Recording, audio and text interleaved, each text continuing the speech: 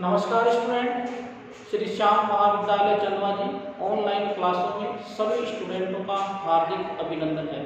आज हम आपको ऑनलाइन क्लासों के माध्यम से बीए भाग सेकंड में मानव भूगोल पढ़ा रहे हैं। मानव भूगोल में अपना जो चैप्टर चलेगा वो है आज नवनिश्चयवाद।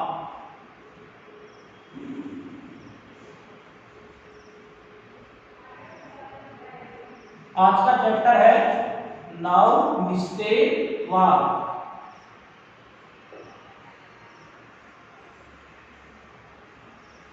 इस नवनिश्चयवाद के मुख्य प्रतिपादक कौन थे? नवनिश्चयवाद के मुख्य प्रतिपादक महोदय ग्रिफिथ टेलर थे। ग्रिफिथ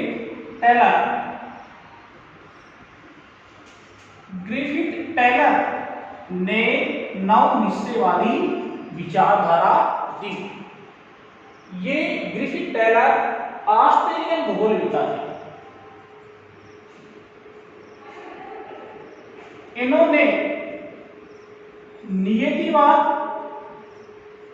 और संभववादी विचारधारा दोनों विचारधाराओं का विश्लेषण किया तो उन्होंने निष्कर्ष निकाला कि मानव न तो पूर्णतः प्रकृति के नियंत्रण में रह सकता और मनुष्य न ही पूर्ण रूप से प्रकृति के अधीन रह सकता और न ही इतनी इसकी गुलामी कर सकता।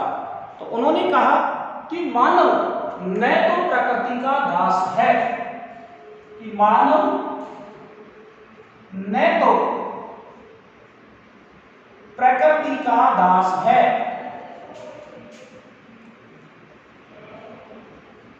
और न ही इसका स्वामी।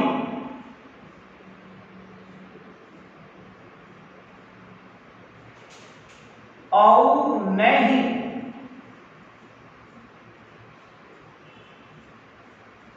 न ही पूर्ण स्वामी, अर्थात मानव को प्रकृति के आदेशों की पालना करनी चाहिए। हमें पूर्ण रूप से प्रकृति को चैलेंज नहीं करना चाहिए। ये किस भूगोलविद ने कहा? ग्रिफिथ टेलर ने कहा। उन्होंने अपनी पुस्तक 20th सेंचुरी ऑफ वर्ड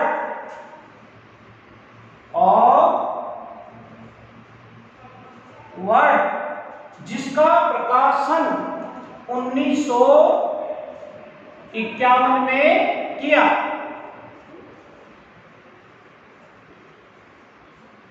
इस पुस्तक में उन्होंने लिखा कि मनुष्य पूर्ण रूप से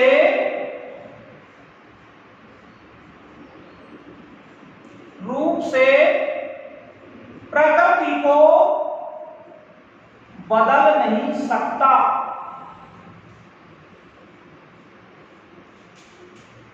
प्रकृति को बदल नहीं सकता। उन्होंने इस पुस्तक में समस्त संसार का जब उन्होंने अध्ययन किया तो उन्होंने समस्त संसार का जो प्राकृतिक वातावरण है, इस प्राकृतिक वातावरण के अनुसार उन्होंने विश्व के अत्यधिक शीत प्रदेश, अब विश्व के शीत प्रदेश कौन से हैं? जैसे टुंड्रा, तो ये विश्व का सबसे शीत प्रदेश है। अर्थात जो विश्व है उसका उत्तरी ध्रुव और दक्षिणी ध्रुव शीत प्रदेश के अंतर्गत आते हैं। ऐसे प्रदेशों में मानव को प्रकृति के आदेश की पालना करनी ही पड़ेगी। तो जैसे टुंड्रा प्रदेश है वो विश्व का सबसे शीत प्रदेश है।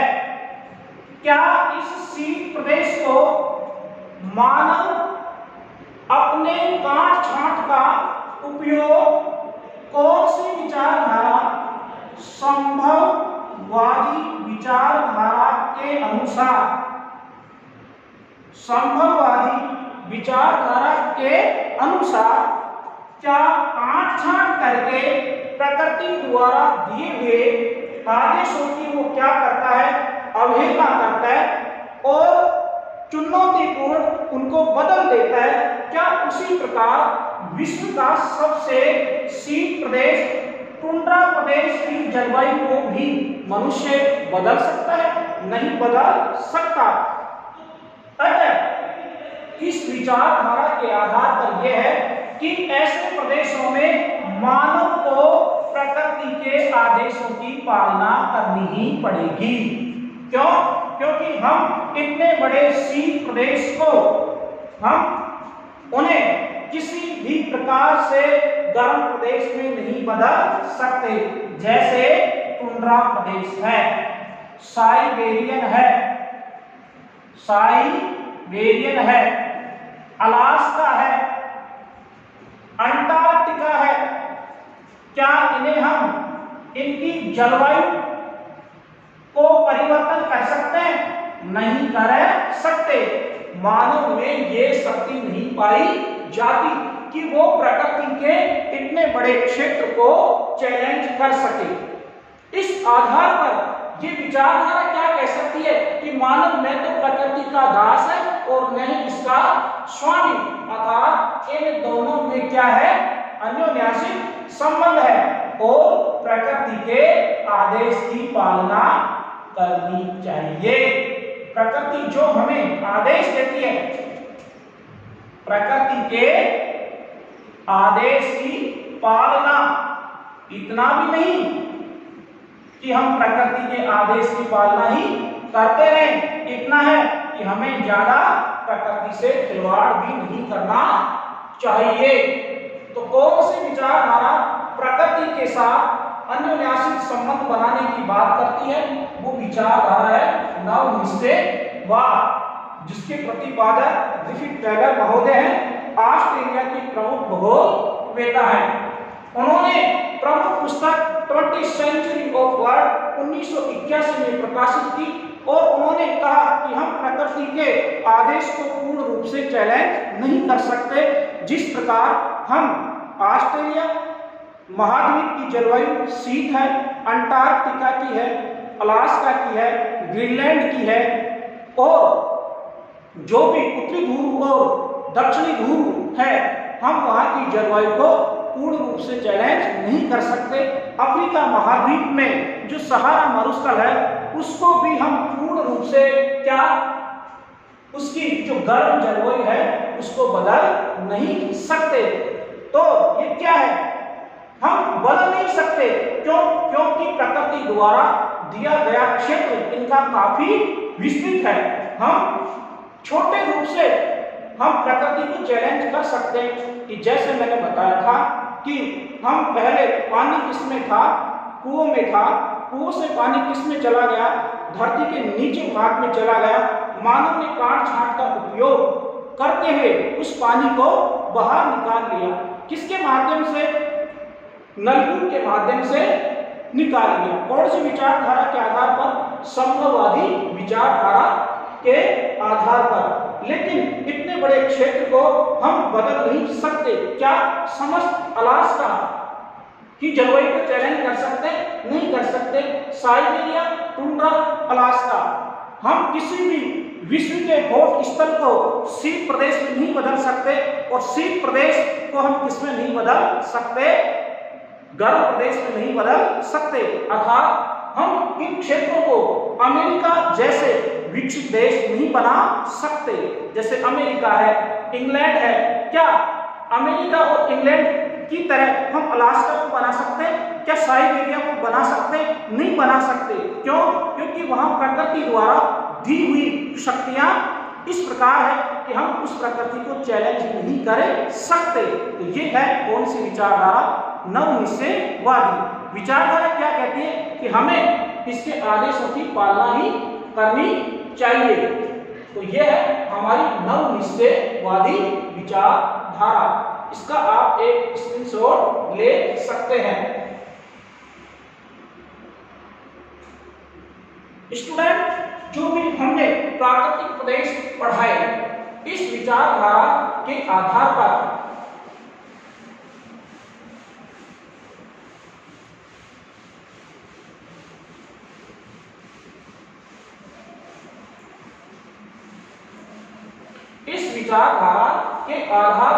प्रकृति का दिया हुआ हर क्षेत्र समान जलवायु वाला नहीं है। हमारी जो पृथ्वी है इस पर कहीं अत्यधिक शीत है तो कहीं की जलवायु सम है, कहीं अत्यधिक उष्ण घोर प्रदेश है तो कहीं की समुद्र तटीय की जलवायु के कारण मौसम क्या है? सुहावना है। अतः समस्त संसार एक समान जलवायु नहीं रखता है। अतः हमें प्रकृति के दिए हुए आदेशों की पालना जलवायु के आधार पर माननी ही पड़ेगी। यही हमें आदेश देती है कौन सी विचारधारा?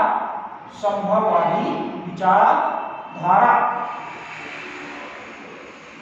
इस जो विचारधारा है उसके कुछ प्रदेशों को हम मानचित्र के माध्यम से भी आपको बता रहे हैं। जैसे ये हमारी पृथ्वी है जिसके ऊपर मानव क्या करता है? निवास करता है। बताइए ये कौन से भाग है? स्थल जिनके ऊपर मनुष्य निवास करता है। और ये क्या है? महासागर। जैसे ये महासागर है अटलांटिक, जिसे क्या कह सकते हैं? अंध महासागर भी कहते हैं।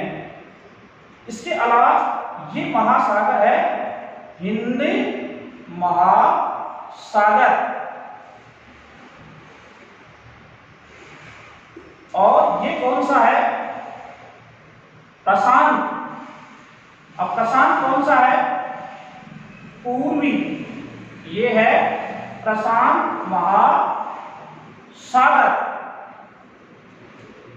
और इधर ये भी है प्रशांत महासागर।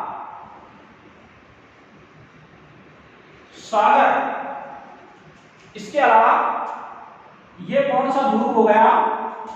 ये है उत्तरी ध्रुव।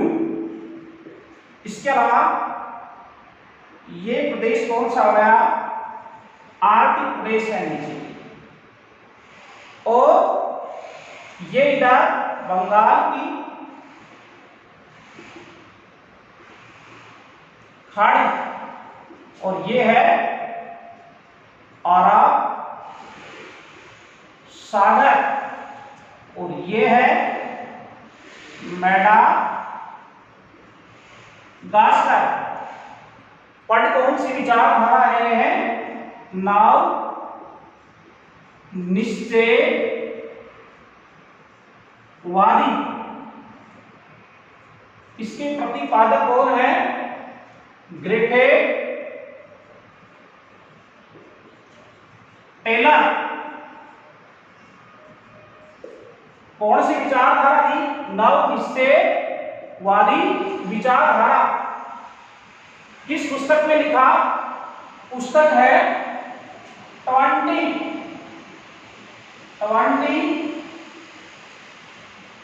सेंचुरी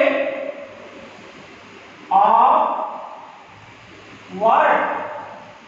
इसका प्रकाशन हमने कब किया? 1981 में। क्या कहा कि हम प्रकृति द्वारा दिए हुए आदेशों को पूर्ण रूप से नकार नहीं सकते। क्यों नहीं सकते? कि जैसे ये भाग कौन से हैं? स्थल के, जिनके ऊपर मनुष्य रह सकता है, और ये भाग कौन से हैं? जल के, जो महासागर है, अर्थात 71% जल किसमें है? महासागरों में, और 29% क्या है? स्थल, जिसके ऊपर मानव रहता है। जब 20th सेंचुरी ऑफ वर्ल्ड 1981 में कौन से भूगोल नेता ग्रिफिथ टेलर ने समस्त विश्व का क्या किया? अध्ययन किया, तो वो इन क्षेत्रों को बिल्कुल क्या माना? शीत माना। अर्थात ये कौन से प्रदेश हैं?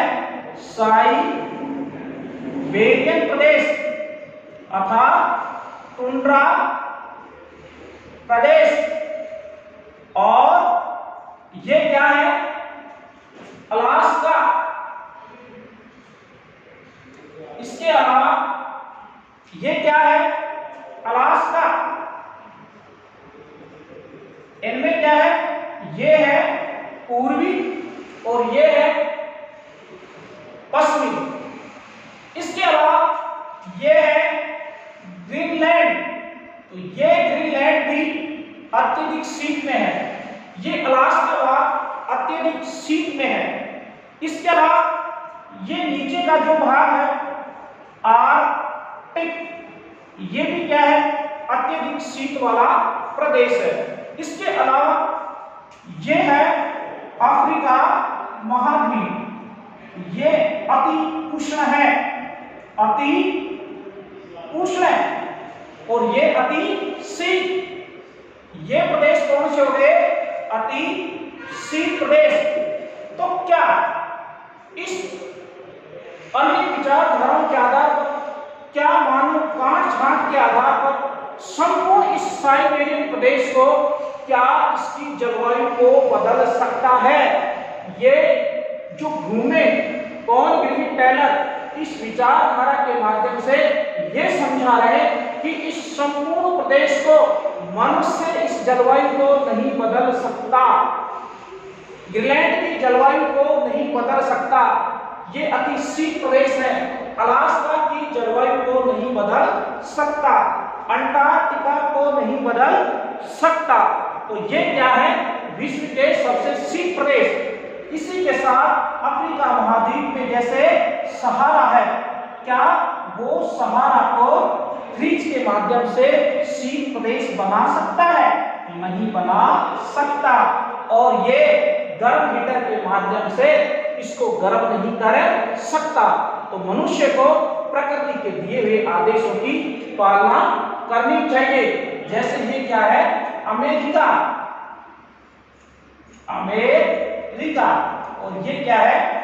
इंग्लैंड। वो इन क्षेत्रों को अमेरिका और इंग्लैंड जैसा विकसित इन क्षेत्रों को नहीं कर सकता।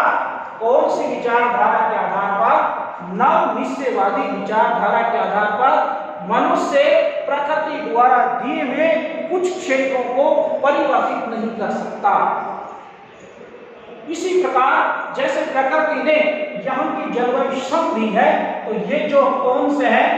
चीन और भारत, और ये क्या है? पाक, और ये क्या है? बांग्लादेश। ये विश्व में सबसे ज्यादा जनसंख्या लिए हुए है, अर्थात जनसंख्या का प्रमुख कारण है कौन सी जलवायु? मानसूनी जलवायु।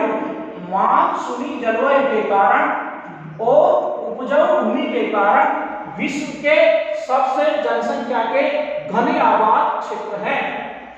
तो क्या इस विचारधारा के आधार पर क्या है कि मनुष्य प्रकृति द्वारा दिए हुए आदेशों को पूर्ण रूप से नहीं बदल सकता, लेकिन प्रकृति मनुष्य उनमें कुछ क्या कर सकता है? परिवर्तन कर सकता है। अतः इस विचारधारा के आधार पर क्या कहा कि मनुष्य न तो प्रकृति का दास है और न ही पूर्ण रूप से इसका विजेता। हमें प्रकृति के दिए हुए आदेशों की पालना करनी ही चाहिए। कौन से भूगोलवेत्ता है? ग्रिफिथ टेलर महोदय। कहाँ के हैं? ऑस्ट्रेलिया के हैं। कौन से पुस्तक में लिखी? 20th century of world. कब लिखा? 1981 में। किसका उन्होंने अनुभव किया? समस्त विश्व का अनुभव किया। विश्व के आधार पर उन्होंने विश्व के अति शीत और अति उष्ण प्रदेशों के आधार पर उन्होंने समझाया कि मनुष्य अपनी काट छांट के आधार पर इन्हें नहीं बदल सकता, इनमें कुछ क्या करता है? कुछ परिवर्तन। अतः ये एक अन्योन्याश्रित क्या है? मध्यम मार्गीय विचारधारा है। किसकी? एक ये है नियतिवाद और दूसरी कौन सी थी? संभववाद। इन दोनों की मध्यम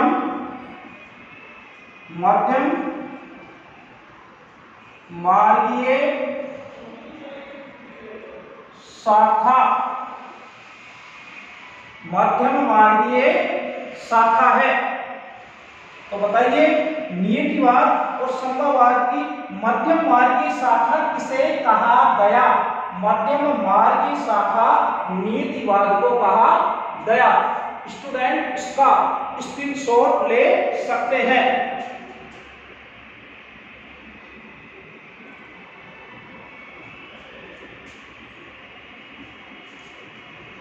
स्क्रीनशॉट ले लिया?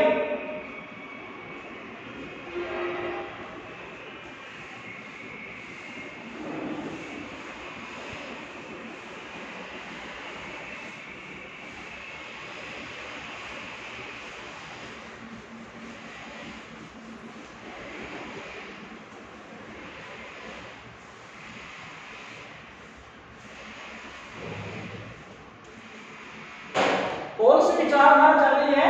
नव निश्चयवादी विचारधारा।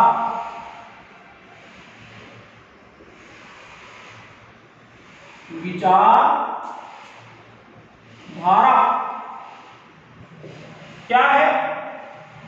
मानव प्रकृति के आदेशों की पालना करते हुए क्या कर सकता है? प्रौद्योगिकी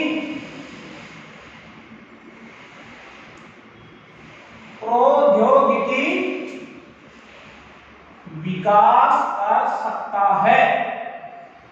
विकास कर सकता है। तो विचारधारा क्या कह रही है कि मानव को प्रकृति के दिए हुए आदेशों की पालना करनी ही चाहिए। इतनी छेड़छाड़ नहीं करनी चाहिए कि मानव का अस्तित्व ही किसमें चला जाए? खतरे में चला जाए। कि हम पूर्ण रूप से प्रकृति को नहीं बदल सकते। जैसे उदाहरण है कि चौराहे पर खड़ा सिपाही, चौराहे पर खड़ा सिपाही या चौराहे पर लगी हुई बत्तियां जो क्या देती है? संकेत। क्या देती है? संकेत। बताइए संकेत क्या संकेत देती है? एक बत्ती होती है लाल, एक है भूरी और एक है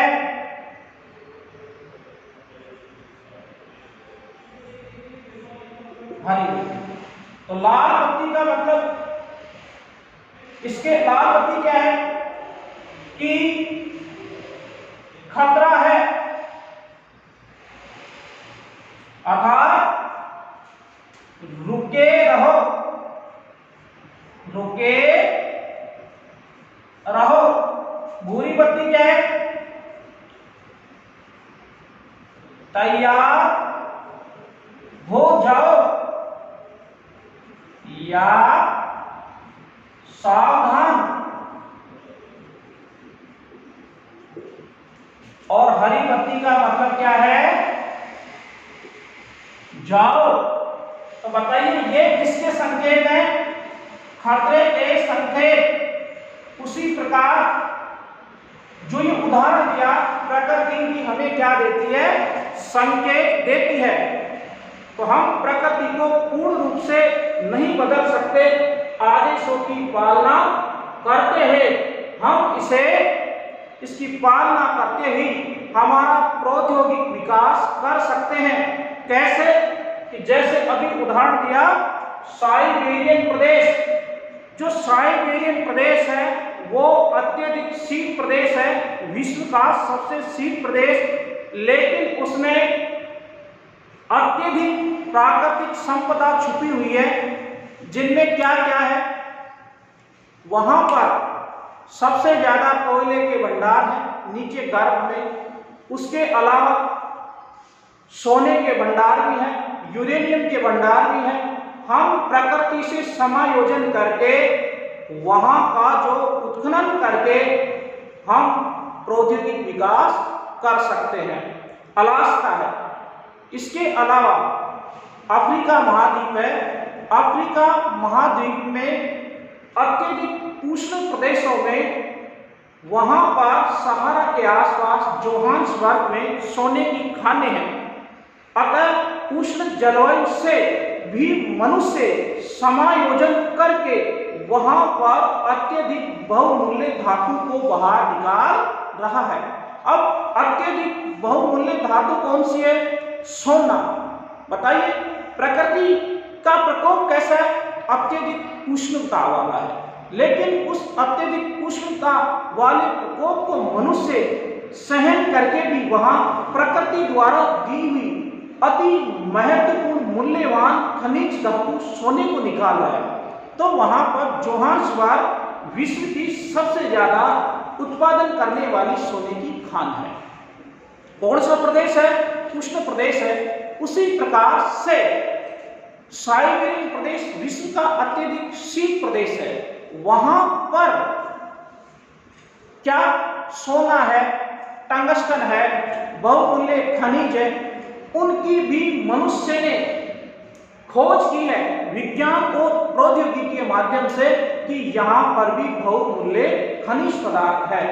तो ये सब बातें नवनिश्चयवादी विचारधारा में है, जिनका विस्तृत रूप से 1951 में 20th सेंचुरी ऑफ वर्ल्ड में प्रमुख भूगोलवेत्ता ग्रिफिथ टेलर ने किया।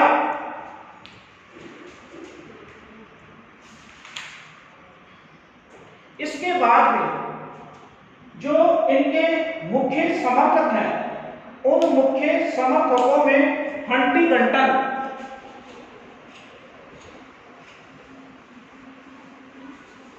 क्या सही है क्या गलत है, किसी विचारधारा के पक्ष में जब तक कुछ कहा नहीं जाता, उन्हें पूर्ण रूप से ये नहीं माना जाता कि ये सही है या गलत। तो सबसे पहले इनके जो मुख्य समर्थक हैं, मुख्य समर्थक, इनके मुख्य समर्थकों में है हंटिंगटन। बताइए ये हंटिंगटन कहां के भूगोलवेत्ता है? बता सकते हैं? नहीं। लेकिन जब मानव भूगोल की विचारधाराएं बताई गई, तो हर भूगोलवेत्ताओं, जैसे अमेरिकन हो और चाहे जर्मन हो, सबको हमने कोडिंग के माध्यम से बताया था। और हमने क्या लिखा था? हमें राखलू लिखा था। अब बताइए क्या इसमें कोई कोडिंग मिलती है? मिलती है। तो ये क्या हुआ? हंटिंगटन। हंटिंगटन कहां के भूगोलवेत्ता हो गए? अमेरिका के। कौन से देश के? अमेरिका। तो इस विचारधारा को, कौन सी विचारधारा को, नव निश्चयवादी विचारधारा को कौन सी विचारधारा भी कह सकते हैं? इस विचारधारा को अमेरिकन विचारधारा भी कह सकते हैं। अब अमेरिकन विचारधारा क्यों कह सकते हैं?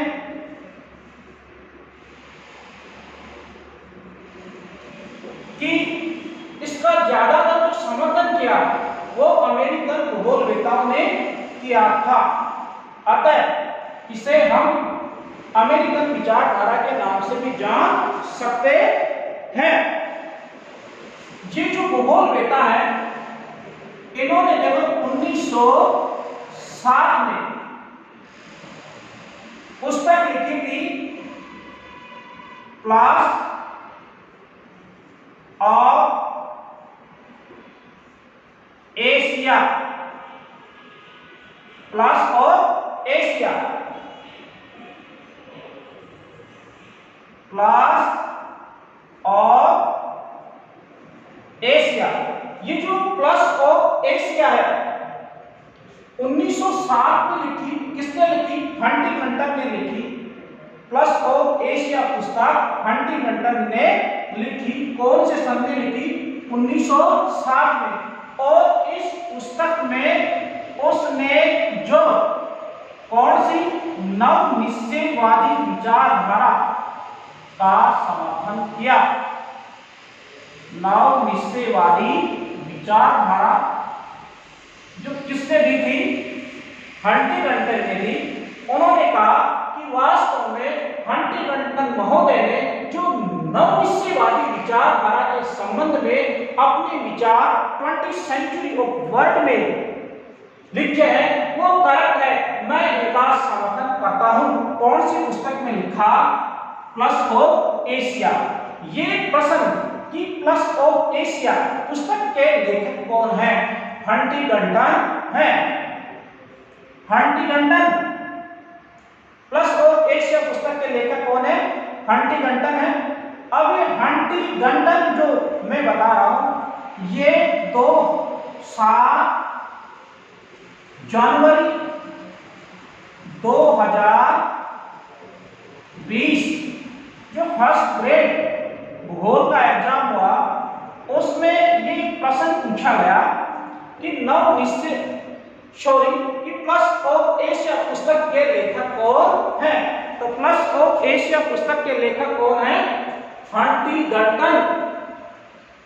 अर्थात ये प्रश्न करंट अभी पूछा गया कौन सी एग्जाम में? किसमें? ये कोर्स में भी है, पढ़ाते वक्त है, इसलिए मैंने बताया कि ये जो प्लस ऑफ एशिया है इस पुस्तक के बारे में अभी करंट में फर्स्ट ग्रेड ज्योग्राफी एग्जाम में पूछा गया। इसीलिए जो ये पुस्तक है, मैं आपको ये पुस्तक पढ़ा रहा हूं। ये पुस्तक जो मुख्य लेखक भूगोलवेता है डॉक्टर S.D. कौशिक की पुस्तक अति महत्वपूर्ण है, जो बड़े ही साग्रहिक रूप से लिखी गई है। सरल मृदु भाषा में S.D. कौशिक द्वारा लिखी गई पुस्तक, जिसमें कई मानव भूगोल के अति महत्वपूर्ण प्रश्नों का समावेश किया गया है। इसके अलावा मानव भूगोल BC जाट के द्वारा भी लिखा गया। उन्होंने भी अति सरल भाषा में मानव भूगोल को समझाया। इसके अलावा भारत के प्रख्यात भूगोलवेता माजिद हुसैन ने भी मानव भूगोल पुस्तक लिखी है। अतः तीनों लेखकों के सार को मानव भूगोल की पुस्तक में आपको पढ़ाया जा रहा है। हम बात कर रहे हैं हंटिंगटन की।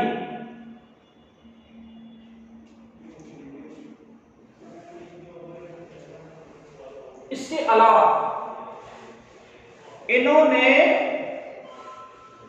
सिविलाइजेशन एंड क्लाइमेट पुस्तक लिखी।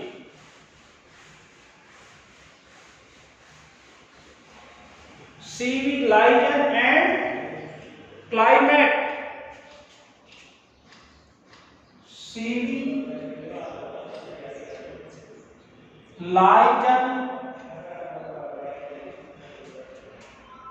सिविलाइजेशन और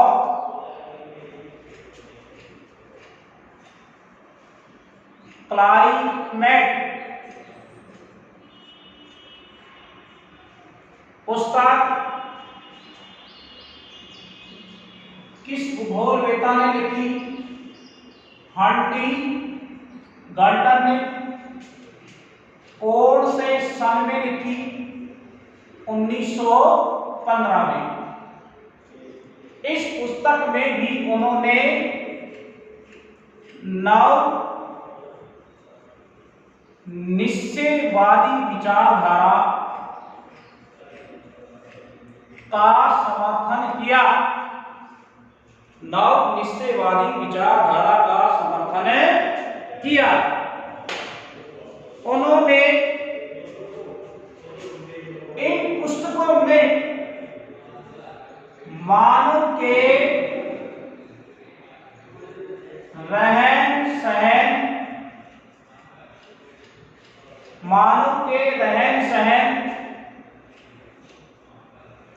वातावरण,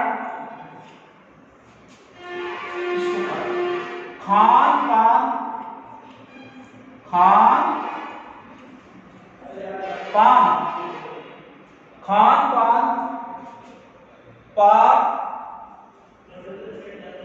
प्रकृति का नियंत्रण बताया। प्रकृति का नियंत्रण बताया कि वास्तव में प्रकृति मानव के पहनावे को, मानव के खान पान को नियंत्रित करती है। जो ये बता रहे हैं वो अगर हम भी देखें तो सोचेंगे कि वास्तव में हंटिंगटन ने जो अपनी दोनों पुस्तक pulse of Asia, civilisation of climate में लिखा, वो वास्तव में सही लिखा कि क्या वातावरण का प्रभाव मनुष्य के रहन सहन और खान पान पर होता है? हाँ, वास्तव में होता है। कैसे? आपने शीत प्रदेश में जो मैंने टॉपिक पढ़ाए एस्किमो, बुशमैन, उनमें अच्छी तरह ये बताया गया था इन्हीं ऑनलाइन क्लासों में कि एस्किमो और बुशमैन किस प्रकार रहते हैं, कैसे उनके आवास हैं, क्या खाते हैं, क्या पीते हैं। तो शीत प्रदेश में रहने वाली जाति कौन सी? जनजाति एस्किमो, और गर्म प्रदेश में रहने वाली बुशमैन का काफी विस्तृत अध्ययन करवाया था। और ये बताया गया था कि ये जनजाति प्रकृति द्वारा दिए हुए वातावरण के अनुसार उनका रहन सहन, खान पान, वेशभूषा और रीति रिवाज है। तो इन्हीं का जिक्र उन्होंने जब इन पुस्तकों में संपूर्ण विश्व का अध्ययन किया तो उन्होंने माना कि वास्तव में प्रकृति के अनुसार ही मनुष्य का चैलेंज, शौर्य परिवर्तित होता है। कैसे? कि जैसे एस्किमो और इसके बारे में पढ़ाया था बुशमैन के बारे में। बुशमैन दोनों के ऊपर इसका प्रभाव है प्रकृति का। सही है या गलत? सही है। अगर इस लेखक की बात से आप अब भी नहीं समझ रहे तो मैं आपको बताता हूं कि हम राजस्थानी हैं, हम एक प्रकार की जलवायु में नहीं जीते हैं। यहाँ पर वर्ष में 3-4 प्रकार की जलवायु का सामना करना पड़ता है। मुख्य जलवायु तो सर्दी, गर्मी और वर्षा ही है, लेकिन नवंबर और दिसंबर में कड़ाके की क्या पड़ती है, ठंड पड़ती है। उस ठंड में हम ठिठुरने लगते हैं, हम ऊनी वस्त्र पहनते हैं।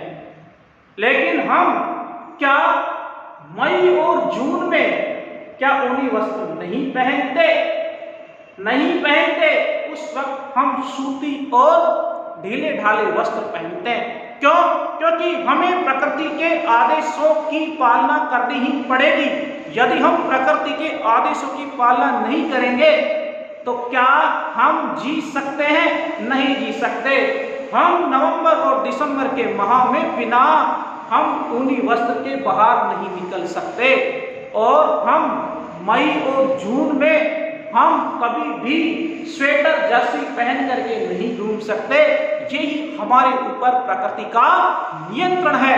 प्रकृति हमें चैलेंज करती है, प्रकृति हमें आदेश देती है। क्या देती है? कि हमें प्रकृति का अनुसरण करना ही पड़ेगा। हम संभववादी विचारधारा और नियतिवादी विचारधारा की जो मध्यम मार्गी विचारधारा को अपनाते हुए नियतिवाद विचारधारा का अनुसरण करना पड़ेगा। हम प्रकृति के आदेशों की पालना ही नहीं कर सकते। क्यों? क्योंकि कुएं में पानी बीत गया, पानी है ही नहीं, तो क्या प्यासे मरेंगे? नहीं मरेंगे। काट छांट का प्रयोग करते हुए, हम मानवीय मस्तिष्क का उपयोग करते हुए, हम कुएं में बीते हुए पानी नलकूप का आविष्कार करते हुए हम धरती से नीचे से पानी निकाल लेंगे। कौन सी विचारधारा? संभववादी। हम जब फसलें नष्ट हो जाएगी, कम जनसंख्या, बढ़ती हुई जनसंख्या की खाद्यान्न पूर्ति के लिए हम रसायनों का प्रयोग करेंगे, हम हरित क्रांति का करेंगे, लेकिन नहीं ज्यादा करेंगे तो हमें नुकसान उठाना पड़ेगा। इसलिए क्या कहा कि मानव न तो प्रकृति का दास है और न इसका स्वामी। दोनों में अन्योन्याश्रित संबंध होना ही चाहिए। कौन सी विचारधारा? नवनियतिवादी विचारधारा के आधार पर हम इस विचारधारा को चैलेंज नहीं कर सकते। हम इसके आदेशों की पालना करेंगे, और इसके मुख्य समर्थक हंटिंगटन महोदय हैं। दूसरे जो महोदय हैं कार्ल सावर।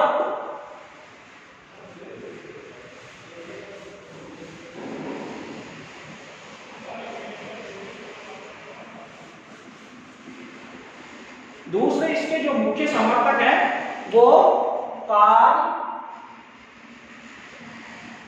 सावर। बताइए, कार्ल सावर ने कौन सी पुस्तक में नियतिवादी विचारधारा का समर्थन किया? तो इन्होंने किया था कल्चर ऑफ ज्योग्राफी में। कल्चर ऑफ ज्योग्राफी,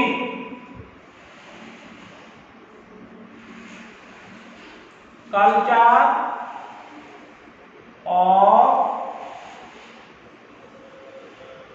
ज्योग्राफी में नियतिवाद का समर्थन किया कि मनुष्य के खान पान रीति रिवाजों पर प्रकृति का नियंत्रण होता है। तो कल्चर ऑफ ज्योग्राफी पुस्तक किसने लिखी? कार्ल सावर ने लिखी थी। कौन से सन में? 1947 में। 1947 में लिखी। इसके अलावा और इसके समर्थक और हुए, इसके अलावा इसके समर्थक हुए हार्वर्डसन, हार्वर्डसन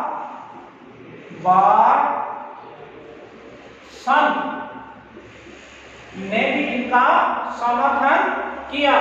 कौन से सन में किया था? 1904 में 1904 में इन्होंने ऑक्सफोर्ड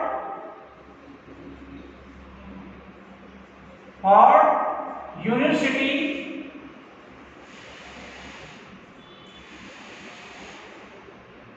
सिटी में इसके बारे में काफी कुछ लिखा। इसके अलावा रॉक्सबी,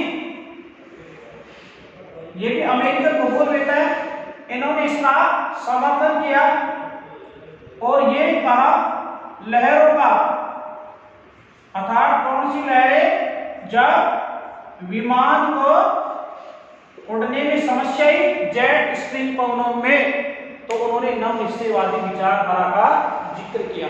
धन्यवाद।